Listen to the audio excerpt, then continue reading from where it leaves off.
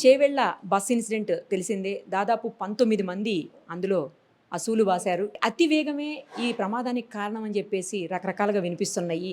అటు bus driver, ఇటు tipper driver ఇద్దరు కూడా చనిపోయారు. అయితే టిప్పర్లో ఓనర్ కూడా ఉన్నట్లు సమాచారం అందుతుంది. అది ఎంతవరకు నిజము ఏంటి? అక్కడ రెస్క్యూ చేయడానికి వెళ్ళినటువంటి చేవెళ్ళ సిఐ శ్రీధర్ గారికి కూడా దెబ్బలు తాకాయి. కారణం ఏంటంటే అక్కడ జేసీబీ, ఆ రెస్క్యూలో భాగంగా జేసీబీ ఆయన కాలికి తాకింది. ఒకసారి ఆయన కూడా ట్రీట్మెంట్లో ఉన్నారు. ప్రజెంట్ ఆయన డ్యూటీ అలాగే కంటిన్యూ చేస్తూనే ఉన్నారు. మేము దాదాపు హాఫ్ అన్ అవర్ నుంచి ఆయన కోసం వెయిట్ చేస్తున్నాము. కంటిన్యూస్గా ఫోన్లు మాట్లాడడము, ఎక్కడ ఏం జరిగింది అని ఎప్పటికప్పుడు అప్డేట్స్ తెలుసుకుంటూ ఏం చేయాలో ఆయన ఇంట్లోనే ఉండి మరి డ్యూటీ చేస్తున్నటువంటి సిచ్యుయేషన్ ఉంది. చాలా కంపెల్ చేసి నేను ఇప్పుడు ఆయన్ని ఏం జరిగిందో చెప్పడానికి ఒప్పించాను.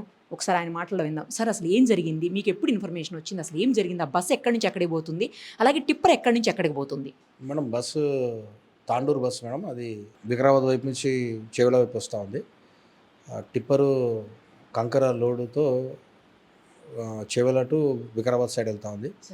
ఇది 6:30 ఆ ప్రాంతం, 6:40 ఆ ప్రాంతంలో మాకు సమాచారం అందింది ఇట్లా యాక్సిడెంట్ జరిగిందని.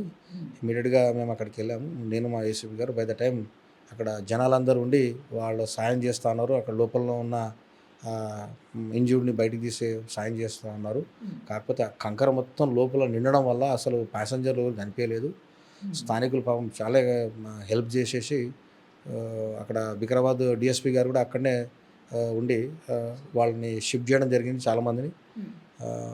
అందరు లోపల చాలామంది 4-5 ఇరుక్కున్నారు. ఆ ఇరుక్కునే క్రమంలో జేసీబీ వచ్చి లోపలికి కంకర తీసే క్రమంలో అక్కడ కంకర వీళ్ళపైన పడుతుందనే ఉద్దేశంతో వాళ్ళకి అందరినీ పక్కకు జరుపుతూ ఉంటే ఆ జేసీబీ అనేది వెనక్కి రావడం వల్ల ఆ జేసీబీ ప్లేట్ అనేది నాకు కాలుకు తగలడం వల్ల చిన్న గాయమైంది. 16 కుట్లు బండి హాస్పిటల్లో చెప్పారు ఇప్పుడు మాకు.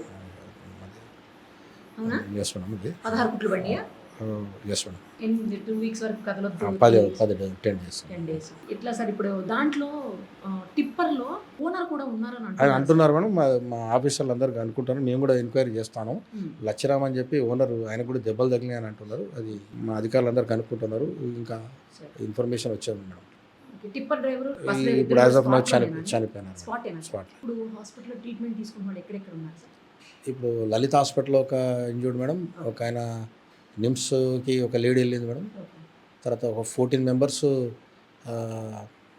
పట్నం మహేందర్ హాస్పిటల్, ఒక 2 ఇంజూర్డ్ ఇక్కడ మన సిహెచ్సి చేవెళ్ళలో ట్రీట్మెంట్ పొందుతున్నాడు తెలుస్తుంది. అక్కడ రెగ్యులర్గా జరుగుతాయి సార్ యాక్సిడెంట్స్ అంటున్నారు చాలా మంది. అంటే ఈ రోడే అట్లుంటుంది మేడం.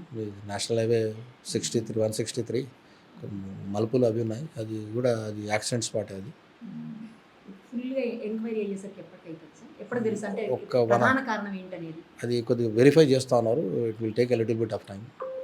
ఈవినింగ్ కల్లా వి మేక్ గెట్ సమ్ ఏంటనేది.